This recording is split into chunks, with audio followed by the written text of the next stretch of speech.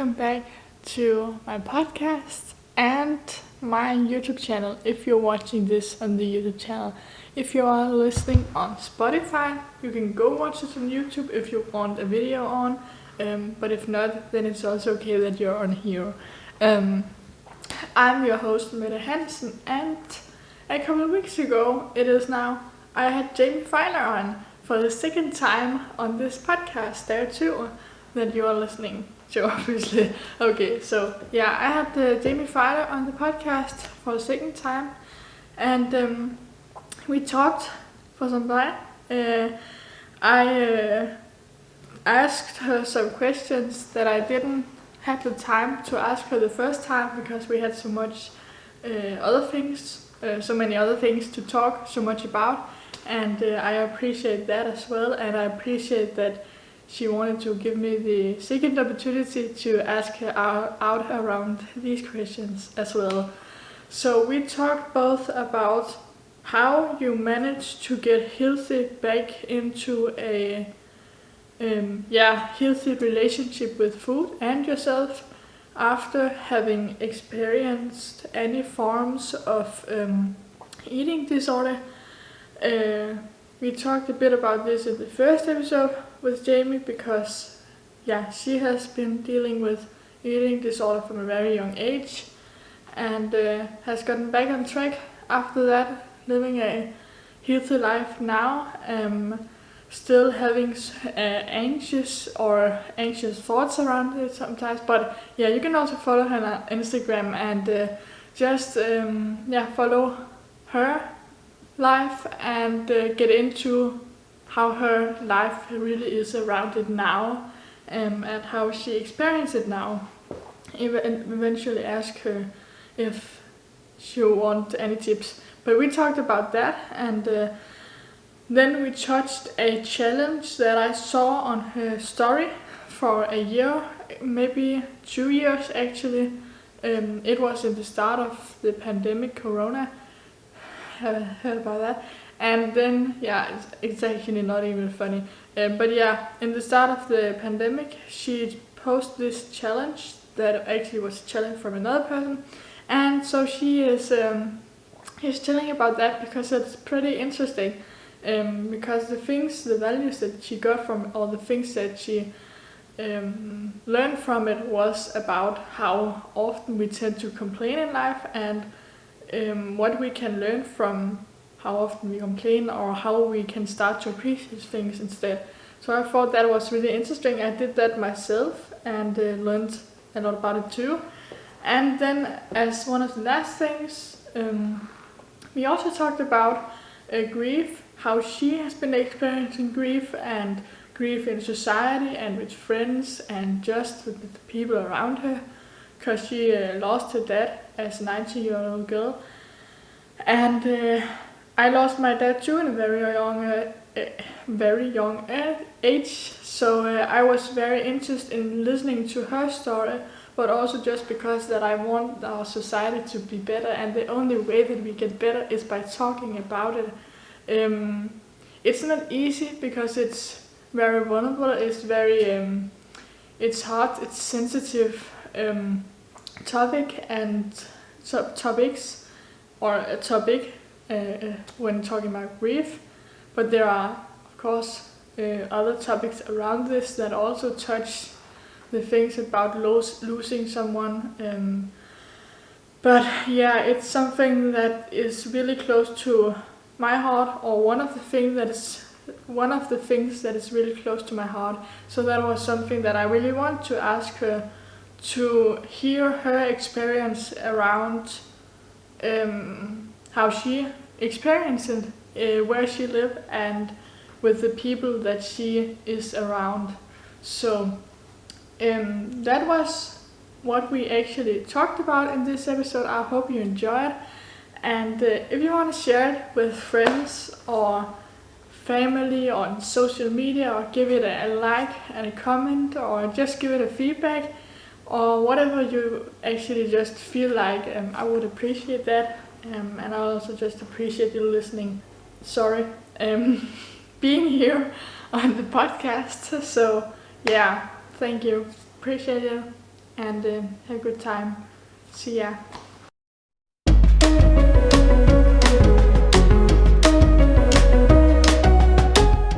Welcome to everybody listening to Dare to podcast. I am today talking with James Filer for the second time. I had her on the podcast for the first time, first episode, where we talked about a lot of mental health, fitness, and stuff around sexuality and coping, or how to deal with anxiety when you're experience that.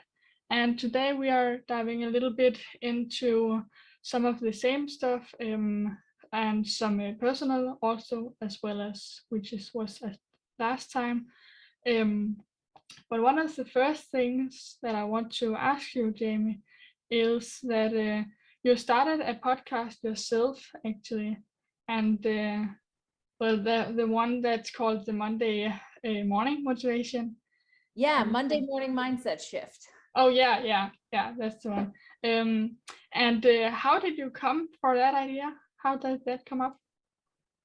So what I was finding, and I know this is going to sound so silly, was that Instagram, as you know, stories cut you off after 4 15-second panels. Yeah. Right after that, they don't even give you an option to like keep looping with that circle. And what I was finding was that I was essentially just rambling about mental health and tips and tricks and hacks and strategies that I had learned about. I don't know, everything from, letting toxic relationships go to journaling, meditation, visualization, friendships, FOMO. And I needed a platform that gave me more than 1 minute. So I went on buzzsprout.com and just started a podcast, and my podcast is no longer than 3 minutes. It is very easy to consume, easy to digest. It's essentially just a really long Instagram story. Yeah, you can say that. It is. And I find them really good also, just to like when you get home from school or work or whatever it is, and you can just listen to that or before in the morning. Exactly, yeah. So great. And also one of the things that I wanted to ask you is that once you once posted a story about this wristband challenge that you actually, I think the idea came from another one, but yeah, you took it on you and you shared your experience with it, and I thought it was very interesting. And I actually I don't know if I did it myself like it was supposed to, but just becoming aware of how many times in the day we complain about small things, big things, or just everything. And yeah, how did that how was your experience with that? It was really eye-opening, because just like you, I didn't realize how frequently, and it's even the littlest things, right? It's the littlest things we complain about, that we really should take for that we take for granted, other people might not have, right? Like complaining about, oh my God, there's no cereal left in the house. But you have bagels and you have toast, you have potatoes and you have rice. Okay, you don't have children's sugar cereal, cry me a river. Like, oh my God, I went over my macros. Okay, again, there are some people who can't afford a trainer, don't know what macros are. Again, maybe not be able to afford enough food for themselves, let alone their families. So, for me, it just gave me a lot more perspective that I have to shut my mouth up frequently and start appreciating what I have. Yeah, I guess that's a very big thing in it, being appreciative of what you have. And yeah. So the last time there was this article that you actually did together with Voyage Tampa. Yes. And you also talked about the experience, or just not the experience, but something that you also shared on your story, and it's when you lost your dad and the experience with this, because it was at an very early age, and how you cope from it, and how you yeah, my question is how you cope with it, but also how do you think, I guess we can start with that question. As how I cope with it. Yeah, how was your I mean, I think my circumstances were a little bit different. yeah. My father was diagnosed with Lou Gehrig's disease Mm, before I was even born, 1 month before I was born. oh, So when he was put on a ventilator when I was 3 years old, mm, and I eventually came to the consciousness of what Lou Gehrig's disease was and how every single day my dad woke up, I was a lucky girl, right? yeah. Because people don't live past 5 years. I feel like Stephen Hawking, Mm, obviously the most famous individual, Stephen Hawking and my dad in mm, my head were like the only people who had lived with it for 19 years. mm, So I don't want to say like every day I kind of expected that I could lose my dad. yeah. And it's never easy. I don't want to be Oh, right. I was heartbroken. I was devastated. mm, My world came crashing down. mm, Um, but I coped knowing that, almost similar to the wristband challenge, every day I got mm, with him was a blessing because he wasn't mm. supposed to be alive as long as he was. Yeah, okay. I see that. How then have your experience been with just talking about the experience and the facts about grief? Um, how do you experience that in the culture? Yeah, in our So culture.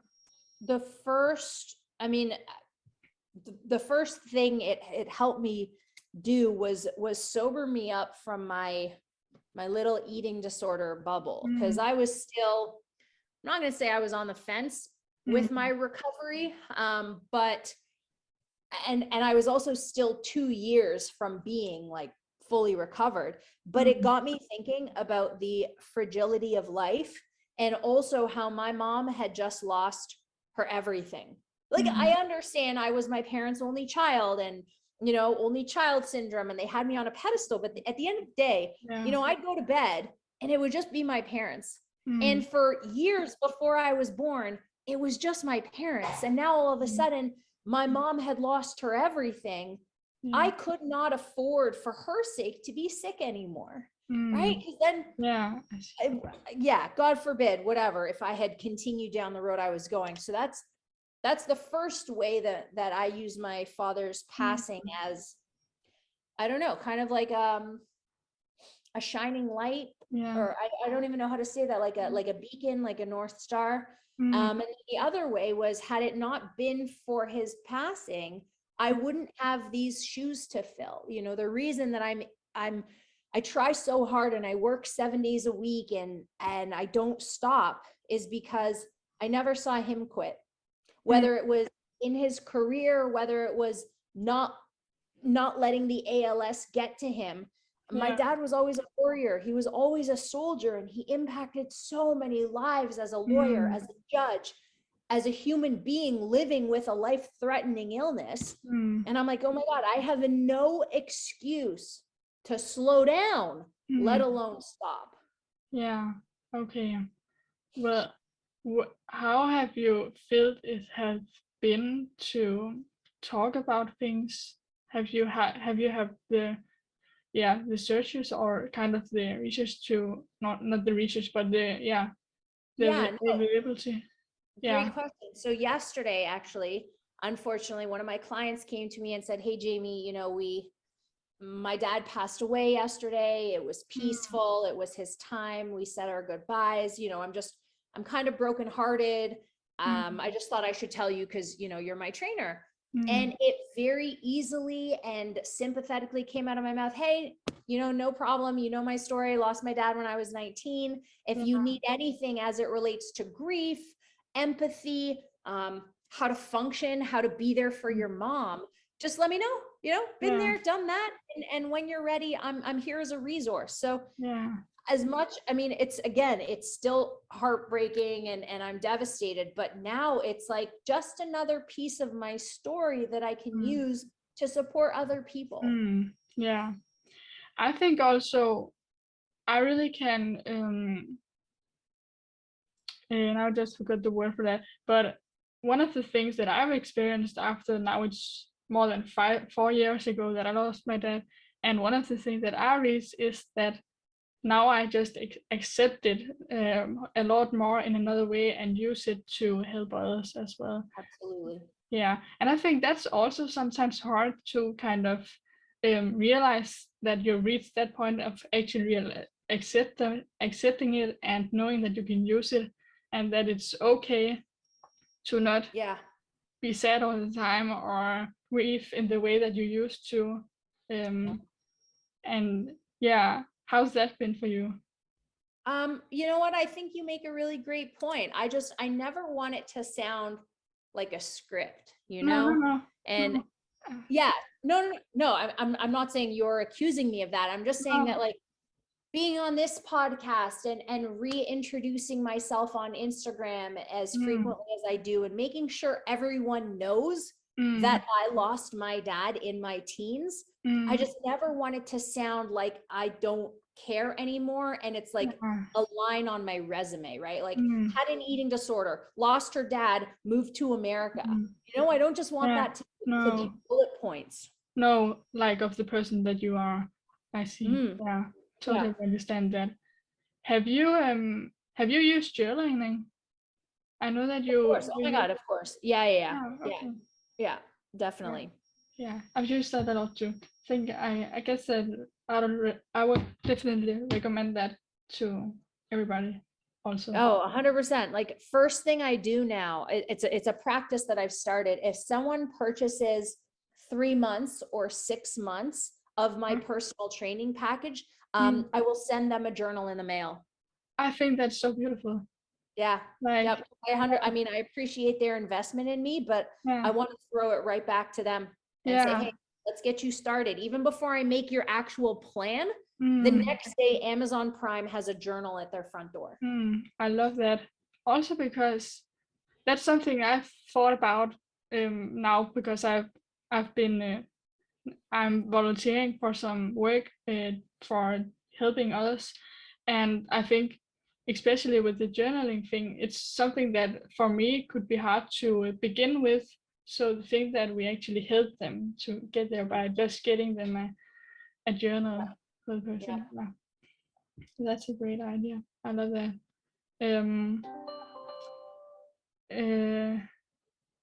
So I think that my last question was relating to about actually having an eating disorder, and like kind of what we not what we talked about last time, but just a little twist to it. What do you recommend, or what do you like?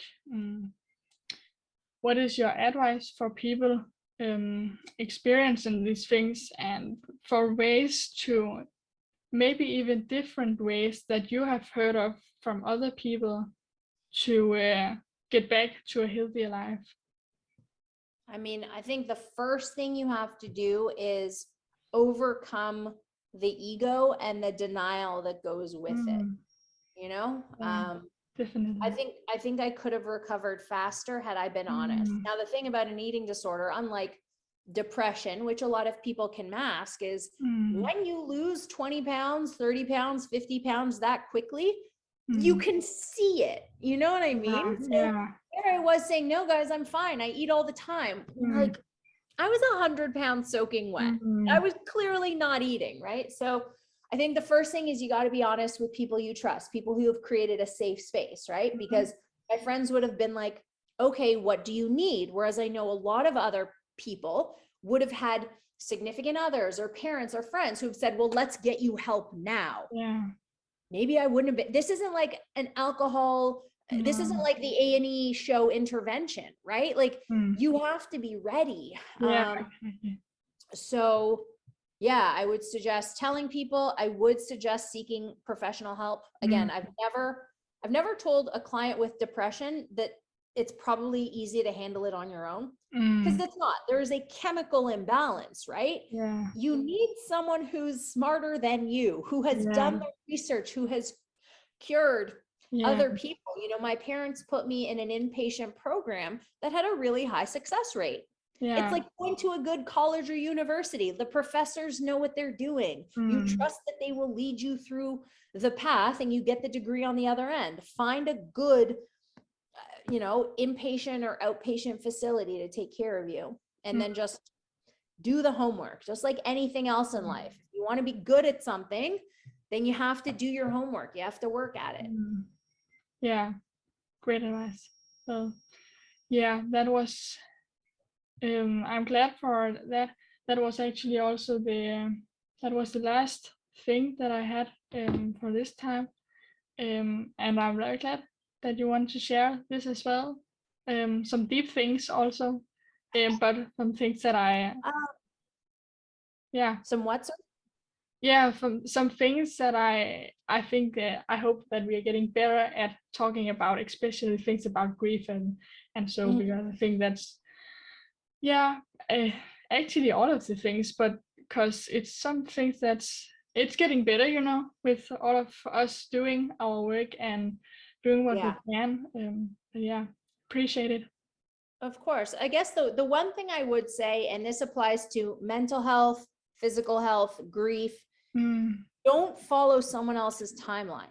No. I had my own reasons for overcoming grief as quickly as I did. I had a mission, right? I right away, he passed away. I attached myself to being the best trainer in the entire world, right? My recovery from my eating disorder was attached to the fact that I just lost my dad and I didn't want my mom to have to worry about me passing away. You might not have the same kind of anchors in your life, and that's totally okay. So you might be trying to recover from anxiety, depression, grief, and eating disorder. And you might have more regressive steps than I did. That's okay. As long as you fall 7 times, get up 8, you will end up where I am, where so many other recovered individuals, healthy, happy people have ended up. Just don't put a timeline on it. Yeah, that's actually such an important point because we compare ourselves so much and get inspired, and it's so great to be inspired, but it's also so important to remember that we have our own line and we are following that.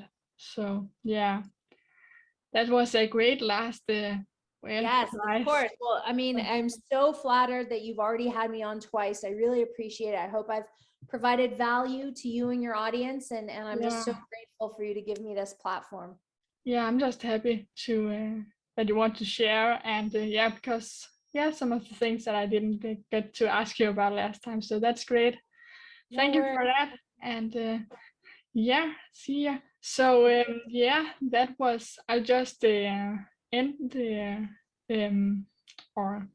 end the episode here. So thank you for everyone listening. You can hear the podcast here on Spotify and also on YouTube, and follow Jamie on Instagram and also on YouTube. So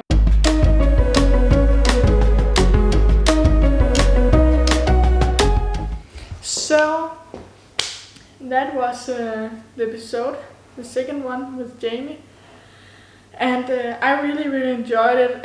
I feel this time, since my vocabulary is getting a bit better, since I'm from Denmark and really want to also get better at talking with English American people and just expand my vocabulary so that I can really dive into things and express things. But I think it went really great, and I really appreciate Jamie's time and the things that she shared. It was really valuable, and I hope you enjoyed this just as much as I did, or even more. Hope that you got something from it, and share it if you want to, whatever you feel like, and see ya. Love ya.